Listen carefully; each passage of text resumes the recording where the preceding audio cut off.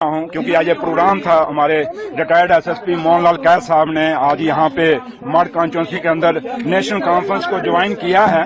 तो यहाँ आना, क्योंकि ये पहले ही प्रोग्राम बना था और मेरा यहाँ आना बहुत जरूरी था डॉक्टर साहब के साथ, तो अब मैं सीधा यहाँ से रामबन जा रहा हूँ। मैं वहाँ मीटिंग लूँ। डेथ की रिपोर्ट है। मैंने कहा ना ये बदकिस्मती है, लेकिन क्लाउड ब्रस्ट है। और मैं और सजाद शाहीन साहब जो ऑनरेबल एमएलए हैं बनाल के, वो भी मेरे साथ, हम दोनों जा रहे हैं।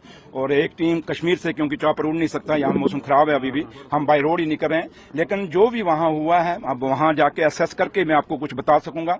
वहाँ डीसी साहब के साथ बात करके, एडमिनिस्ट्रेशन के साथ बात करके, और मौके पे जायजा लेने के बाद ही जो कुछ वहाँ से निकलेगा फिर मैं आपको हम ब्रीफ करेंगे।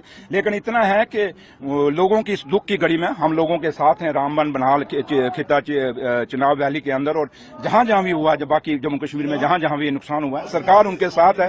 उमर साहब ने खुद जाना था, लेकिन वो रात को, आपको पता है, उनका जहाज काफी लेट पहुंचा दिल्ली के अंदर, वो डाइवर्ट हो गई थी फ्लाइट। तो लिहाजा अब जाने के बाद हाँ काफी नुकसान है, नेशनल हाईवे को काफी नुकसान हुआ है, ब्रिजेज को नुकसान हुआ है, घर भी गिरे हैं, बकरवाल फैमिलीज हैं, उनकी बकरियां मर गई, भेड़ू मर गए, वहाँ 2 डेथें भी हो गई हैं। तो लिहाजा ये दुख की घड़ी है। तो इसमें आप, मैं यही कहूंगा कि मैं अब रामबन निकल रहा हूँ और उसके बाद आके हम कुछ वहाँ की जब सिचुएशन अपनी आंखों से देख के आएंगे, फिर आपसे बात करेंगे। Thank you. सुबह ये तकरीबन 3 बजे से जिस तरह से एक बारिश, अंधाधुंध यानी बारिश हुई है पूरे जिला रामबन में, खासतौर रामबन के एरिया में, जो नोटिस आ रहा है।